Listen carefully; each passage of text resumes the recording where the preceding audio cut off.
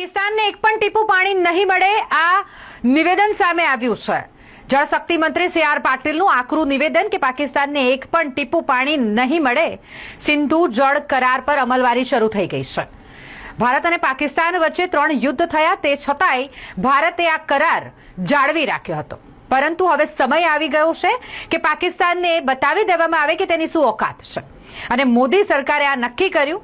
5 મહત્વના નિર્ણય લીધા પહેલગામ આતંકવાદી હુમલા બાદ, અને તેમાં સૌથી અગત્યનો નિર્ણય, જે નિર્ણયની સૌથી વધુ અસર પાકિસ્તાનના લોકો પર થશે, પાકિસ્તાન પર થશે, અને તે નિર્ણય એટલે કે સિંધુ જળ કરાર રદ કરવાનો નિર્ણય।